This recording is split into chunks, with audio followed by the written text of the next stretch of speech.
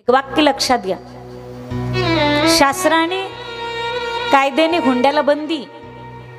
पूर्वी हुंडा देत होते, हुंडा मागत होते, काही मागत असतील, पण पूर्वीचे बाप स्वइच्छेने पुरीला देत होते, ज्याला दान करणं म्हणतात. अन्नदान, अंदन देणं हे स्वइच्छेने होतं, कुठे मागत वगैरे. आणि लेकीला दिल्याने कशाची कमी पडत नसते. पोरांसाठी तुम्ही एवढं मोठं कामावून ठेवताय. पोरीचं लग्न करतो तेवढाच खर्च असतो फक्त बापाला, आणि आपल्या आईपतीप्रमाणे करावं. ज्याच्याकडे आहे त्याने मोठं लग्न करावं. आयुष्याचा उत्सव असतो तो. बाकीचे लोक म्हणतात ना, कशाला एवढा खर्च, कशाला काय आमकं करा धमकं करा. पूर्वीचे विवाह 5-5 दिवस चालायचे, बरोबर आहे ना. इथं काय असतील 5-5 दिवस विवाह चालायचे पूर्वी. 5-5 दिवस विवाह चालायचे. आणि किती लोक असायचे. 5 दिवस लग्न चालत होतं. याचा अर्थ लग्न तोडताना लोक 1000 वेळा विचार करत होते, कारण ते लग्न 5 दिवस चालायचं आणि एवढ्या लोकांच्या उपस्थितीत लग्न व्हायचं. आता असं आहे कोर्ट मॅरेज,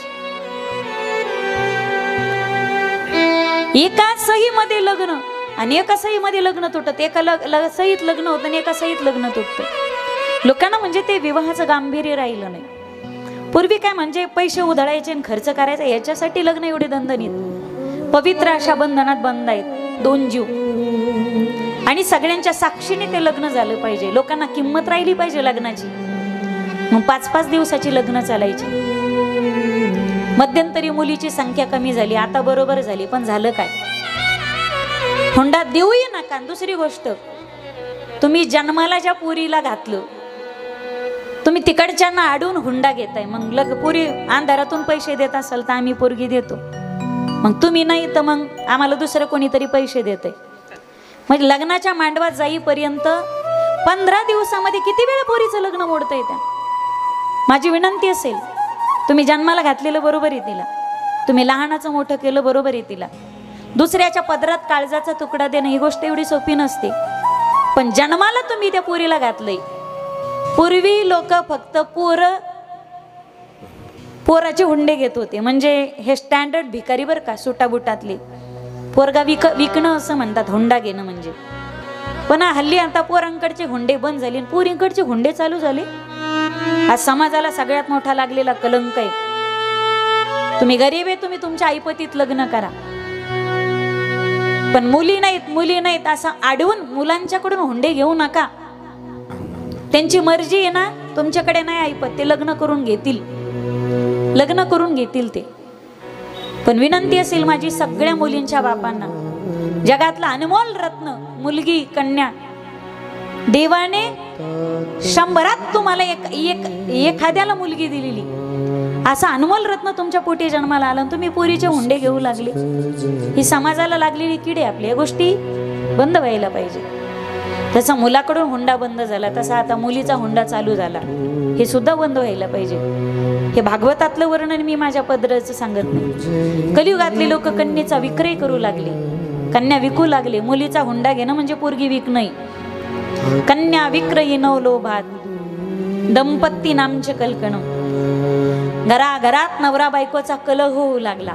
कलह त्या लग्नात पहा तुम्ही, लग्नात सगळे मंडळी जमलेले असतात, मध्ये अंतरपाठ धरला जातो.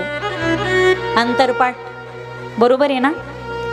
आणि त्या अंतरपाठाचा असा नियम आहे की शेवटची मंगलाष्टका होईपर्यंत दृष्टादृष्ट वधू वराण न करणे, न पडता दोघे करावी उभी. बरोबर आहे ना. अंतरपाठ का धरलेला असतो मधात, एवढंच गरजेचं आहे मला. अंतरपाठ का धरलेला असतो मधात, दोघांनी, मी हनो घेईन बरं का तुमच्या पुढे. झोपले का काय,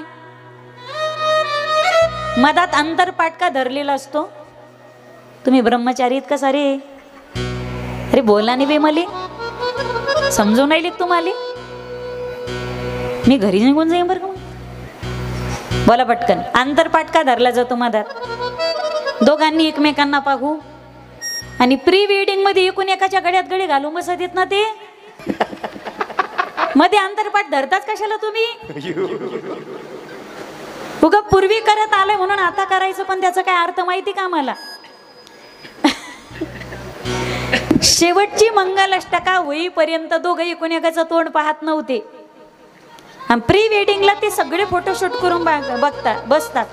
मग मध्ये अंतरपाठ धरण्याचा विषयच येतो कुठून? मग तेव्हा अंतरपाठ धरायचा ना, आधी प्री वेडिंगला सगळे फोटो काढून बसायचे. काय झालं, एकदा आमच्या घरी जोडीनं पत्रिका द्यायला आली होती. एक जोडी पोरगण पोरगी पत्रिका द्यायला आली. म्हणलं पत्रिका? म्हणे आमच्याच लग्नाची. मला बिनलाजा हो, लाज आहे का तुम्हाला? अरे लग्नात तुम्ही जोडीनं पत्रिका द्यायला आली. महाराज म्हणे गबस, बरं झालं टेबल सीट आली नाही, ते अवघड झालं असतं ना. हे कलियुग आहे बरं का. भागवतातलं वर्णन. दंपती नामचं कलह, अंतरपाठ धरलेला असतो. पूर्वीचं सांगते मी, आत्ताचं प्री वेडिंगचं सांगत नाही. पूर्वी अंतरपाठ धरलेला असायचा आणि ते अंतरपाठ धरण्याचे ताणून धरायचे वर. नवरदे नवरीला एकमेकांना पाहता यायचं नाही. त्यात काय करायचं, तो नवरदेव कशावर उभा असायचा? चौरंगा पाठ, चौरंग. आणि चौरंगावर पण त्याच्या पायात काय? बुट. आणि नवरदेवपेक्षा नवरी उंचीला कमी, ती पाटावर उभी असते. हा चौरंगावर. चौरंग उंच असतो, अंतरपाठ असा ताणून धरलेला असतो. बिचाऱ्याला विरह सहन होत नाही. मंगलाष्टकाचा तो टाचा वर करून पाहतो बुटाच्या. कुणाला? बोला ना, कुणाला?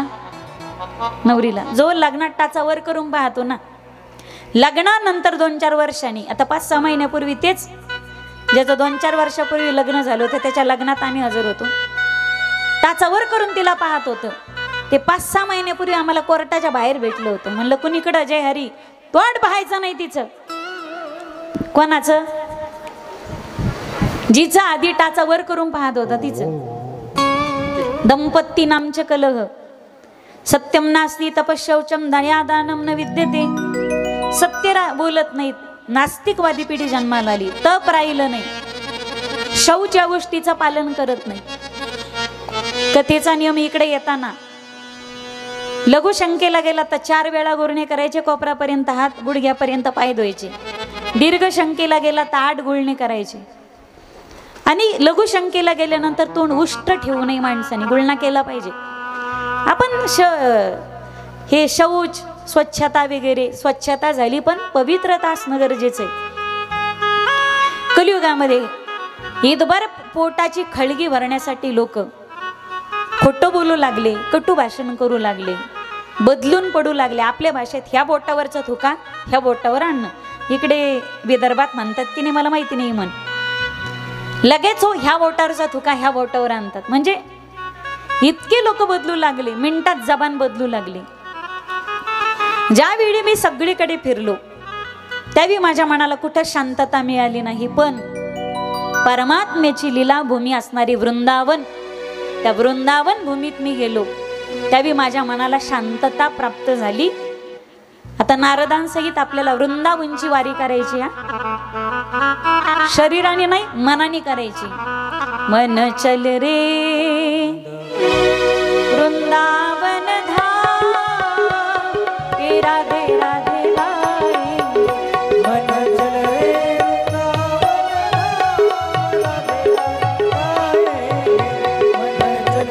वृंदावन धाम, राधे राधे लाई. मन चल रे वृंदावन धाम, राधे राधे.